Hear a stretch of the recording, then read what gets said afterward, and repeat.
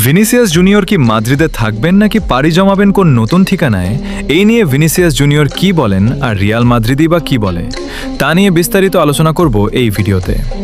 দেখুন, ভিনি নিঃসন্দেহে একজন সেরা ফুটবলার, তবে রিয়াল মাদ্রিদও সর্বকালের সেরা একটি ক্লাব।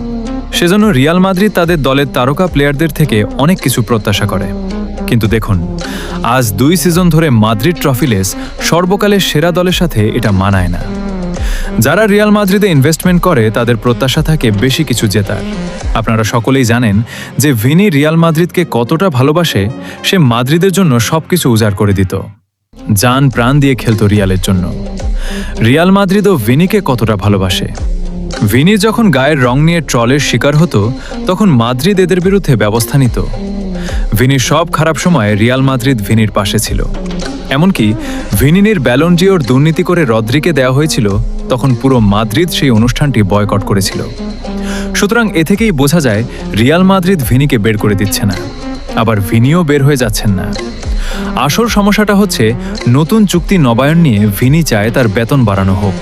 অন্যদিকে মাদ্রিদ 2 সিজন থেকে ট্রফিলেস, তারা চায় আরও ভালো কিছু করো, তারপর বেতন বাড়ানোর কথা চিন্তা করো। অবশ্য ভিনি চলে যেতে চাইলে মাদ্রিদ তাকে ধরে রাখবে না। এই ব্যাপারে চূড়ান্ত সিদ্ধান্ত নেওয়ার জন্য আগামী সোমবার রিয়াল মাদ্রিদের সাথে ভিনির টিম বৈঠকে বসবে। এরপর জানা যাবে ভিনি কি রিয়ালে থাকবেন কিনা। ভিনিকে নিতে এদিকে আর্সেনাল সহ বিভিন্ন বড় বড় ক্লাব মুখিয়ে আছে। তবে আমার মনে হয় ভিনি একটু কম বেতনে হলেও রিয়াল মাদ্রিদে থেকে যাওয়াটা তার জন্যই ভালো। অপরদিকে মাদ্রিদের কোনো ক্ষতি হবে না ভিনি চলে গেলে। মাদ্রিদ সহজেই একটা প্লেয়ার নিয়ে আসতে পারবে। ক্ষতিটা হবে ভিনির এখন যেভাবে মিডিয়ায় সব সময় আলোচনায় থাকছেন, যা যা সম্মান মর্যাদা পাচ্ছেন তা হয়তো অন্য ক্লাবে গেলে পাবেন না।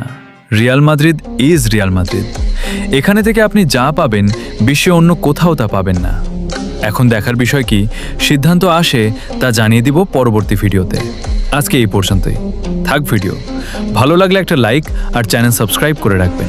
আসসালামু আলাইকুম।